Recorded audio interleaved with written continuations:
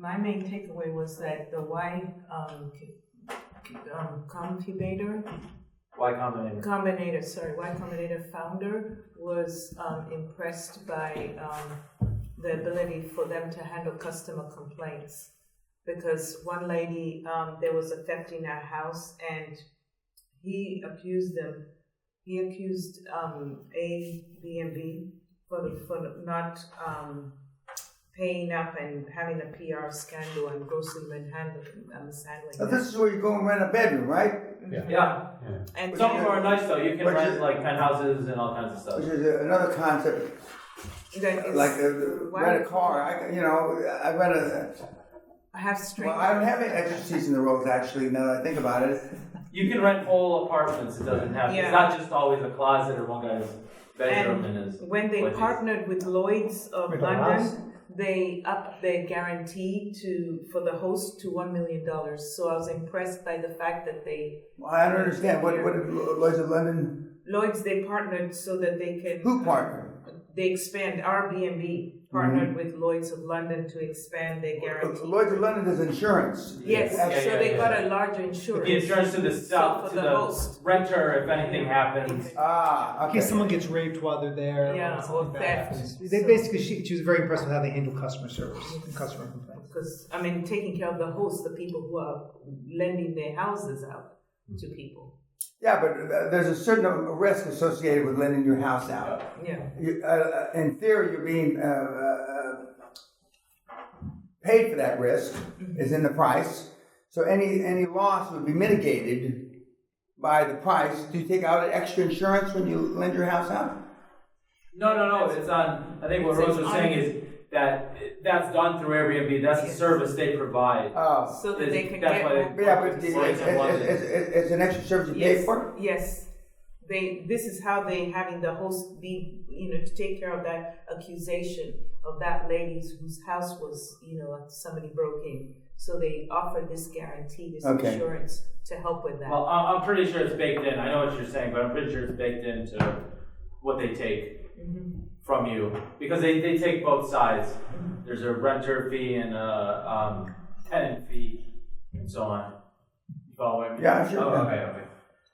Well, the biggest concern everybody had was that somebody was going to get killed or raped and so on. And the only case that we were able to find regarding that type of incident happened in Australia. But other than that, it's Natalie. There have been a surprise. Natalie. Actually, yeah, it wasn't Adelaide. Recently, there have been a surprisingly few, and certainly not enough to compromise the reputation. Not as many in the car, Uber cars, where people are getting hurt. Yeah. So I liked the idea of looking for other inefficiencies in the travel process to roll up, and I started thinking about. As funny as you'll find is, how could they get somebody such as yourself to use their service?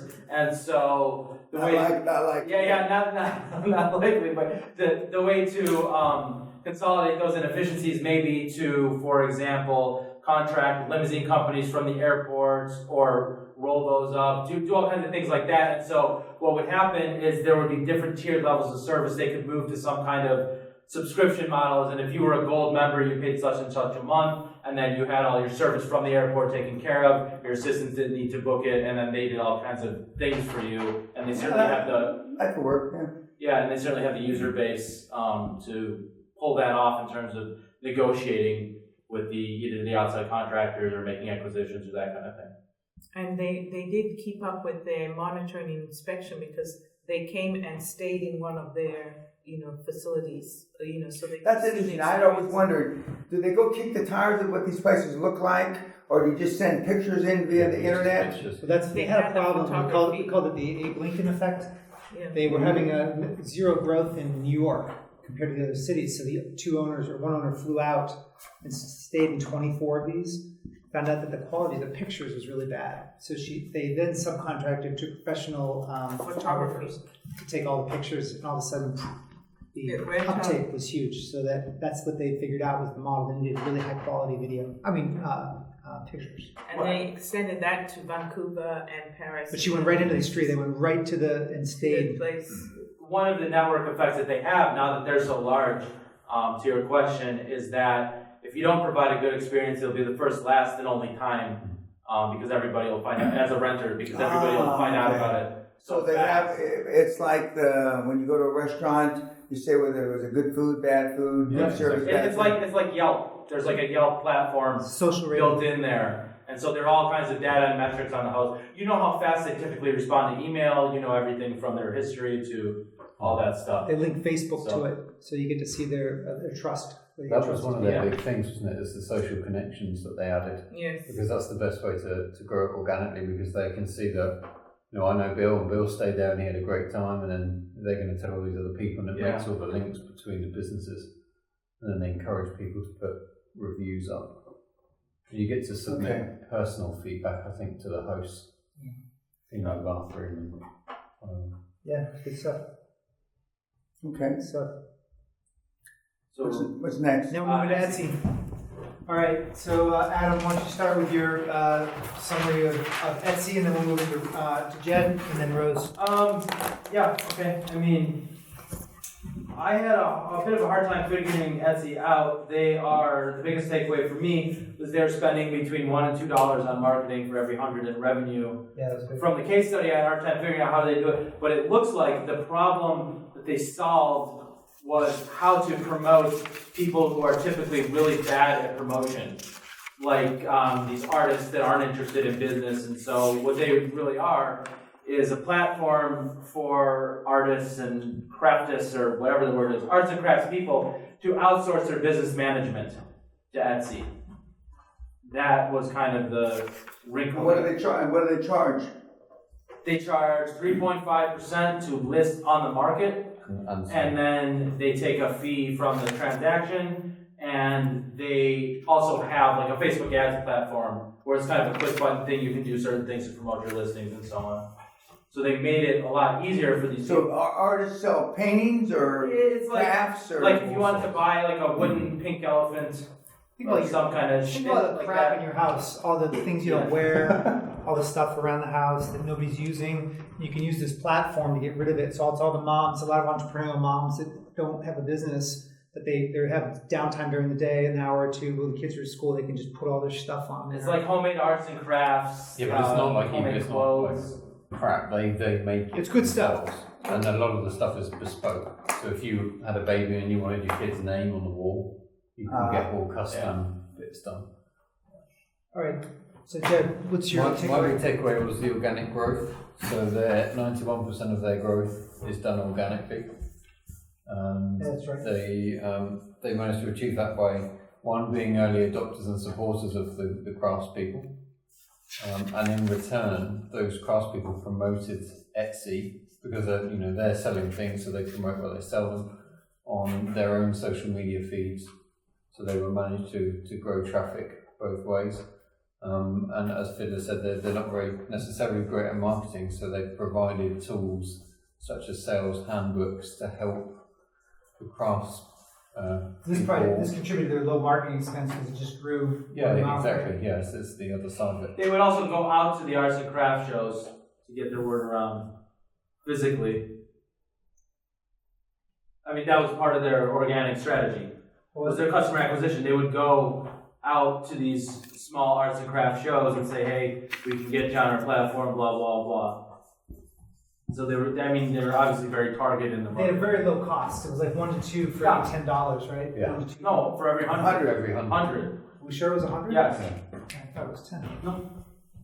For every $100 of sales that occur on Etsy's platform, Etsy spent $1 to $2 on marketing. That's incredibly low. Yeah. So,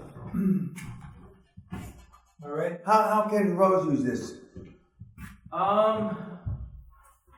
Do you make some? No, but that's all they do is the arts and crafts shit, or Yeah. I mean, if you made some ghost, wooden ghost shit, or wooden some tribal. voodoo shit, some Yeah. tribal voodoo Like shit, that, you know. yeah. I could sell a lot of this stuff. I could sell those potions that I was thinking. Potions, you know. That people Black magic shit. sniff up. Black and then magic from a they black can chick. have a good feeling about themselves and feel good. You could sell those little pin dolls.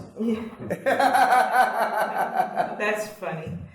So what impressed me about this case study was, their focus on serious power sellers, these people who wanted to sell on their, were enabled by better tools. And the other thing is the suppliers could list and sell on Etsy outside of factory-made goods. So, it was good that they supported these sellers by providing them a platform. One thing that we don't have down there is that they let the customers curate their own experience, and that they've kind of democratized the bespoke experience when it comes to art. Democratize. What's that bespoke? I don't know what that word means. Democratized? No, bespoke. Customized. Personalized. Personalized. Yeah, just like the bespoke suits that Dan tells These the bloody guys Americans, to I get. mean. Yeah.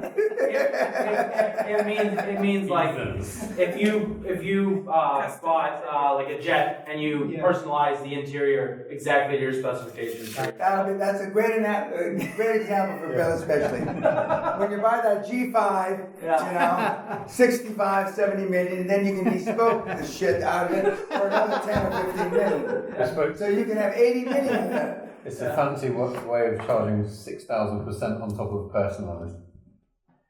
Oh, that's funny. Oh, by the way, there's water in all the goddamn rooms right here. All you gotta do is look for it.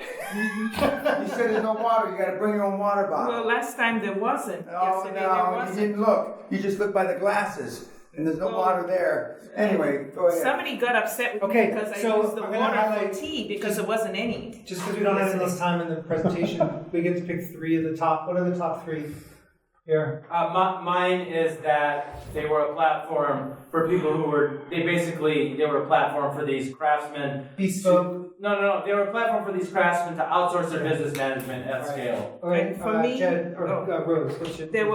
They supported the power sellers, the people who have been there for a long time. They on made a their big platform. point of that in the article. Yes. The entrepreneur, power seller, blah, blah, blah. Okay. Jed? It's the organic growth through empowerment or putting the tools together for them. Okay. So Jed, you're running this with this, so you just pick the gap there. Okay. All right, should we go on to the next one, guys? Next. Uber. Now it's Uber time. Yep, we're starting the Uber case study now. All right, so let's. I've read it. Have you ever read it? No. Unless you're gonna speed read. All right. Okay, I'm not gonna listen. You go on. We're back in the main room at 5. Okay.